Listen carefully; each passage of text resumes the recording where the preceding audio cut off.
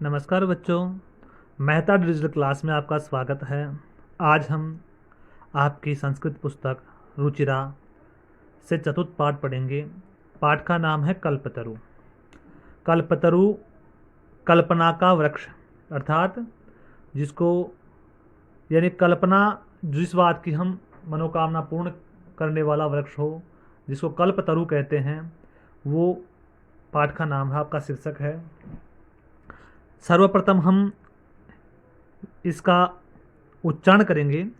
प्रस्तुतोऽयं पाठः वेताल पंचविंशति इति प्रसिद्ध कथा संग्रहात् संपादनं कृत्वा संग्रहीतो अस्ति।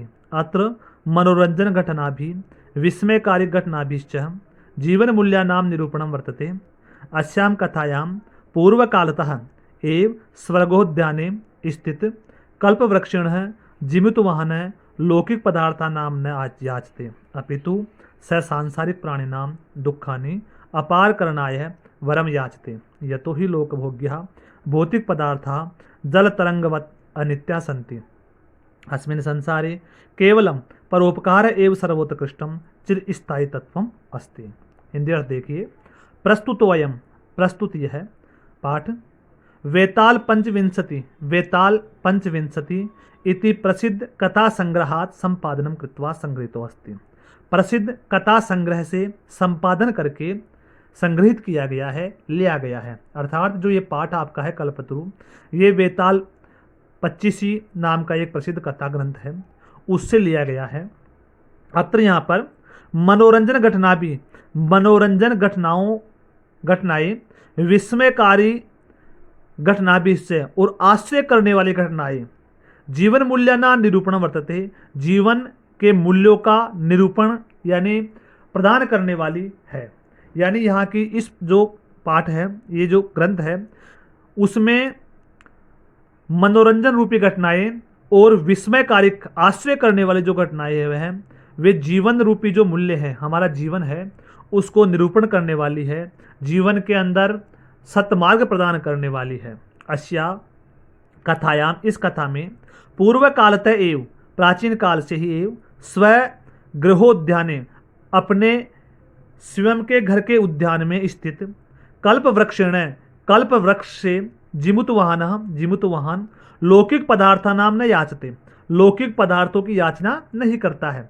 लौकिक पदार्थ होते हैं धन धान्य, संपदा, पैसा इत्यादि, तो उसकी याचना नहीं करता है, नहीं मांगता है, अपितु परंतु स सांसारिक प्राणिनाम, संसार के प्राणियों के लिए दुखाने अपकारणाय, दुखों को अपकारणाय का मतलब होता है दूर करने वाला, दूर करने वाला, वरम याचते, वर को याचन करता है, मांगता है। अर्थात वह स्वयं के लिए कुछ भी नहीं मांगता है, कोई धन दौलत हरे हीरे जवाहरात नहीं मांगता है, बल्कि उस कल्प वृक्ष से संसार के प्राणियों के दुखों को दूर करने का वर प्राप्त करता है। यतो ही, जिससे लोक भोग्या भौतिक पदार्था जल तरंगवत अनित्या संति, जिस लोक भोग्या, लोक यानी इस संसार में, भोग्य यानी भोगने वाला, भौतिक जो पदार्थ है, धन संपदा है, वह वो जल तरंगवत, जल की तरंग के समान, अर्थात जल के अंदर जो तरंगे उड़ती है उसके समान, अनित्या संति, नित्य नहीं अनित्य है, यानी हमेशा विनाश होने वाली है, हमेशा रहने वाली नहीं है। अस्मिन संसारे, इस संसार में, केवलम केवल परोपकार है, परोपकार एव ही सर्वोत्कृष्टम, सबसे सर्वश्रेष्ठ उत्कृष्ट, चिर स्थायी तत्वम अस्ति, चिर स्थायी हमेशा स्थायी रहने वाला तत्व है। अब आप इसका एक बार और देख लिए कि इस पाठ, ये जो पाठ है वो वेताल पंचविंशति से लिया गया है। इसमें मनोरंजन रूपी जो घटनाएं, आश्चर्य करने वाली घटनाएं, वो जीवन मूल्य को स्थापित करने वाली या जीवन मूल्य को देने वाली घटनाएं हैं। इस कथा में पूर्व काल से स्थित जो जीमुतवाहन के घर के उद्यान में, स्वयं के उद्यान में जो कल्प वृक्ष है, उससे वो स्वयं के लिए कुछ न मांग करके संसार के दुख को दूर करने का वर मांगता है। अब आगे देखिए। अस्ति हिमवान नाम सर्वरत्न भूमि नरगेन्द्र, तस्या सानो उपरि विभाति कंचनपुरम नाम नगरम, तत्र जीमुतकेतु इति श्रीमान विद्याधरपति वसति स्म। तस्य गृहोद्याने कुलक्रमागतः कल्पतरु स्थितः। स राजा जिमुत केतु तम कल्पतरुम आराध्य तत्प्रसादात् स बोधिसत्वा संभवम जिमुत वाहनम नाम पुत्रम प्राप्नोतः।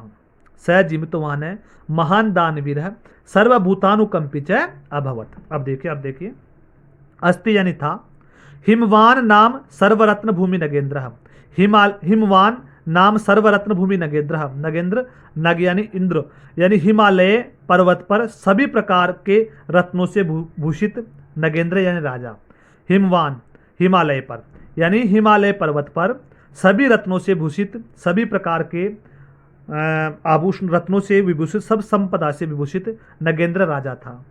तस्य सानो, उस ऊपरी, सानो का मतलब चोटी के ऊपर, तस्य सानो उसके ऊपर, विभाति विराजमान था, कंचनपुर नाम नगरम, कोई कंचनपुर नाम का नगर, यानी हिमालय जो सभी प्रकार के रत्नों को धारण करने वाला जो पर्वतों का राजा है वो था, उसकी चोटी के ऊपर विराजित था कंचनपुर नामक नगरम।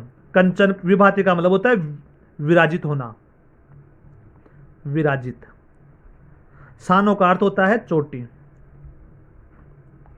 तो कंचनपुर नाम का नगर था। तत्र जिमुत केतु इति श्रीमान, तत्र यानी वहां पर, जिमुत केतु इस नाम के श्रीमान विद्याधर पति वसति स्म, विद्याधर पति यानी राजा, विद्याधर पति नाम के जो राजा थे वो रहते थे। तस्य गृहोद्याने, उसके गृह के उद्यान यानी बगीचे में, कुल क्रमात आगत, कुल परंपरा से आया हुआ यानी पैतृक परंपरा में आया हुआ, कल्पतरु स्थित, कल्पतरु स्थित था, यानी उसका उद्यान था ना जो महल का, उसके घर का, उस उद्यान में कुल क्रमात यानी अपने जो पीढ़ी दर पीढ़ी आया हुआ, जो अपने बुजुर्गों से आया हुआ, प्राप्त हुआ, कुल से प्राप्त एक कल्पतरु नाम का वृक्ष था। कल्पतरु का अर्थ होता है कि जिसके सामने हम कोई भी कल्पना करें, हम मांगे उसको तत्काल प्रदान करने वाला, ऐसा। सह राजा, वह राजा, जिमुत केतु तम कल्पतरुम आराध्य, वह राजा जिमुत केतु, तम यानी उस, कल्पतरुम आराध्य, कल्पतरु यानी तरु यानी वृक्ष को आराध्य आराधना करके, तत्प्रसादात उसके प्रसाद से, उसके आशीर्वाद से, च बोधिसत्वात् संभवम, च बोधिसत्वात् संभवम, बोधिसत्वात् का मतलब होता है बोधित्व गुण से संभव, जिमुत वाहनक नाम पुत्रम प्राप्त होता है, जिमुत वाहन नाम के पुत्र को प्राप्त किया। स वह जिमुत वाहन है महान दानवीर है, सर्वभूतानुकंपी च अभवत, वह जो जिमुत वाहन था वह बहुत ही दानवीर और सर्वभूतान अनुकंपी, भूतान का मतलब होता है प्राणियों पर, तो सभी प्रकार के प्राणियों पर अनुकंपा यानी अनुकंपा च भवत करने वाला था, यानी सभी प्राणियों के प्रति दया करने वाला था। वह जिमुतवाहन कैसा था, हर प्रकार के जो प्राणी थे उनके ऊपर दया करने वाला था। तस्य गुणै प्रसन्न, अब देखिए तस्य गुणै प्रसन्न है, स्व सचिवश्च प्रेरित है, राजा काले ने संप्राप्य यौवनम तम यौवराज्ये अभिषिक्तवान, कदाचित हितेषिणः पितृमंत्रिणः यौवराज्ये स्थितं तम जिमुत वाहनम उक्तवन्तः, युवराज यो अयम सर्वकामदः कल्पतरु तव उद्याने तिष्ठति, स तव सदा पूज्यतः अस्मिन् अनुकूले स्थितः सति शक्रोऽपि अस्मान् बोधितुम न शक्नुयात् इति। अब देखिए, तो वह जो जिमुत वाहन था वो सभी प्रकार के प्राणियों पर दया करने वाला था। तस्य गुणै प्रसन्न है, उसके गुणों से प्रसन्न होकर, स्व सचिवश्च प्रेरित है, अपने मंत्रियों और सचिवों से प्रेरित होकर, राजा काले ने संप्राप्य, राजा जल्द ही समय पर यानी समय व्यतीत नहीं हो ऐसे समय पर, यौवनम युवावस्था में, तम उसको युवराज्य अभिषिक्तवान, युवराज के पद पर अभिषिक्त कर दिया, बिठा दिया। यानी उसके गुणों से प्रसन्न होकर के जो राजा थे जिमुत केतु, उन्होंने अपने सचिव अपने मंत्रियों की प्रेरित होकर के जल्द ही समय पर यानी युवराज जो यौवन समय पर ही युवराज पर ही उसको युवराज पद के ऊपर अभिषिक्तवान कर दिया, बिठा दिया। कदाचित हितेषिण पितृमंत्रिण, कभी हितेषिण हित को चाहने वाले, पितृमंत्रिण पिता के मंत्री, पैतृक मंत्रिण यानी पिता के मंत्री, यौवराज्य स्थितम युवराज में स्थित, तम उस जिमुतवाहन उक्तवान, उस जिमुतवाहन से कहा, यानी युवराज जो थे उन जिमुतवाहन से कहा, युवराज यो अयम सर्व कामदः कल्पतरु तव उद्याने तिष्ठति स एव सदा पूज्य। यो अयम, यह यानी जो, यह सर्व कामदः सभी प्रकार की कामनाओं को पूर्ण करने वाला कल्पतरु जो है, कल्प वृक्ष है वो, तव उद्याने आपके उद्यान में तिष्ठति स्थित है, स तव सदा पूज्य है, वो तुम्हारे द्वारा हमेशा पूजनीय है। अस्मिन अनुकूले, इसके अनुकूल स्थित होकर, सती होने पर, अस्मिन अनुकूले यानी इसके अनुकूल होने पर, सती सक्रोपी इंद्र भी असमान हमारा बोधतुम न सक्रियात, कुछ भी बिगाड़ नहीं सकता। अर्थात जब तक ये हमारे अनुकूल है तब तक इंद्र भी हमारा कुछ भी नहीं बिगाड़ सकता, हमारा अहित नहीं कर सकता। अब देखो आगे, एतत् आकर्ण्य जिमुतवाहन अचिंतयत अहो ईदृशम अमर पापम प्राप्यपि पूर्वै पुरुषै अस्माकं तादृशम फलम किमपि न प्राप्तम किंतु केवलम कैश्चित् देव कृपणै कश्चिदपि अर्थितः तद अहम अस्मात् कल्पतरो अभिष्टम साधयामि इति एवं आलोच्य सह पितु अंतिकम आगच्छत। आगत्य च सुखमासीनं पितरम एकांते नवेदयत तात त्वं तु जानासि एव यस्मिन् संसार सागरे आशरीरम इदम सर्वम धनम विचिवत चंचलम एकः परोपकारः एव अस्मिन् संसारे अनश्वरः यो युगांत पर्यंतम यस्य प्रसूते। अब देखिए, एतत् आकर्ण्य जिमुतवाहन अचिंत्यत, एतत् यानी यह आकर्ण्य जान करके, जिमुतवाहन है जो जिमुतवाहन युवराज था वह अचिंत्यत विचार किया, अहो अरे ईदृशम अमर पादपम प्राप्यापि, इस प्रकार के, ईदृशम यानी इस प्रकार के, अमर पादपम अमर वृक्ष को प्राप्यापि प्राप्त करके भी पूर्वई पुरुषै पूर्व के पुरुष राजा अस्माकम तादृशम फलम किमपि न प्राप्तम, अस्माकम हमारे तादृशम समान फलम फल को किम अपि न प्राप्तम किस प्रकार प्राप्त नहीं किया, यानी इस प्रकार के अमर पादप को प्राप्त करके भी हमारे जो पूर्व के राजा है, पूर्व के हमारे पूर्वज हैं, वो इस प्रकार का फल प्राप्त नहीं किया। किंतु परंतु केवलम कैस्यचित् कृपणै, किंतु केवलम, किंतु परंतु केवल कश्चिदेव थोड़े से ही, कृपणै कश्चिदपि अर्थ अर्थितः, कृपणय कृपणता यानी मतलब कंजूसता से, कश्चिदपि थोड़ा सा भी, अर्थ अर्थितः अर्थ ग्रहण यानी धन ही ग्रहण किया, यानी हमारे पूर्वज थे वो क्यों ऐसा प्राप्त नहीं कर पाए, केवल अपने कृपणता, अपने मतलब लालच से थोड़ा सा धन ही प्राप्त कर सके। तद अहम अस्मात् कल्पतरो, तब मैं अस्मात् इस कल्पतरो कल्प वृक्ष से अभिष्टम साधयामि साधना करूंगा, वर प्राप्त करूंगा, इसकी सेवा करूंगा, इति इस प्रकार।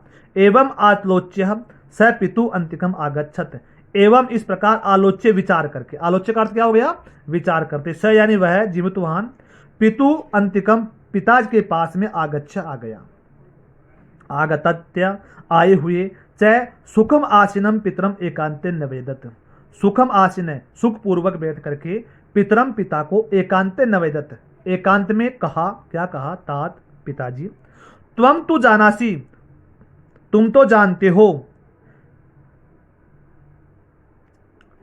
तो आगच्छा सुखम, तात त्वम तु जानासी एवं यद अस्मिन् संसार सागरे आश्रिरम इदम सर्वम धनम विचित्वत चंचलम एकः परोपकार एव अस्मिन् संसारे अनश्वरम यो युगांत पर्यंतम यस्य प्रसूते है तद अस्माभि ईदृशम कल्पतरु किमर्थम रक्षते है। अर्थात तात पिताजी, तुम तु जानासी, तुम तो जानते हो, एव यद अस्मिन् संसार सागरे, कि इस संसार सागर में, आ शरीरे इदम सर्वम धनम, इस शरीर रूपी जो शरीर रूपी धन है वह विचिवत यानी तरंग के समान चंचल है, यानी इस संसार में ये जो शरीर है वो सर्वधनम विचिवत, सभी प्रकार के धन के समान, विचिवत तरंग के समान चंचलम चंचल है, एव परोपकार एव अस्मिन् संसारे अनश्वर, केवल एक परोपकार ही इस संसार में अनश्वर है जिसका नाश नहीं होता है। यो जो युगांत पर्यंतम, युग पर्यंत तक यश प्रसूते, यश को प्राप्त करता है, तद अस्माभि तब हमारे द्वारा ईदृश कल्पतरु किम अर्थम रक्षते। इस प्रकार के जो कल्पतरु है उसको किस कारण से, किम अर्थम किस कारण रक्षते, रक्षा है, यानी ये जो हमारे द्वारा जो इस कल्पतरु की हम रक्षा कर रहे हैं वो किस कारण से है। यानी वो अपने पिता से कहता है कि ये जो संसार है इसमें केवल परोपकार ही एक अनश्वर है, बाकी ये शरीर धन तो सारा एक चंचल है, तरंग के समान चंचल है जो आता जाता रहता है। अब इसके कठिन शब्द देख लीजिए एक बार। अपार कारणाय है वरम याचते, दुखान अपार, दुख को दूर करने के लिए। भौतिक पदार्थ, भौतिक पदार्थ का मतलब होता है मतलब जो धन इत्यादि संपदा। जल तरंगवत, जल की तरंग के समान। सर्वोत्कृष्टम, सबसे श्रेष्ठ। हिमवान, हिमालय। सर्वरत्न भूमि, सभी प्रकार के रत्नों की भूमि। विभाति, स्थित, विराजित। सानो, चोटी। ग्रहोद्याने, घर के उद्यान में। कल्पतरु, कल्पना का तरु। जिमुत केतु, जिमुत केतु नाम का राजा। आराध्य, आराधना। तत्प्रसादात, उसके प्रदात से। सर्वभूतानुकंपी, सभी प्रकार के प्राणियों पर उदार करने वाला, अनुकंपा करने वाला।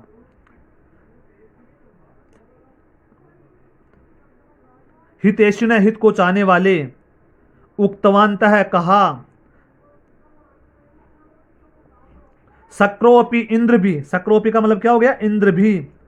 एतत् आकन्य, ऐसा जानकर।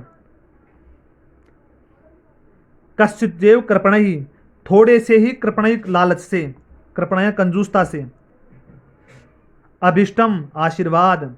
आलोच्य, एवं आलोच्य, इस प्रकार सुनकर। आ शरीरम, यह शरीर। विचिवत, यानी तरंग के समान। चंचलम, चंचल। अनश्वर है, हमेशा रहने वाला। न अश्वर है, अनश्वर है। युगांत पर्यंतम, युग के पर्यंत बाद भी।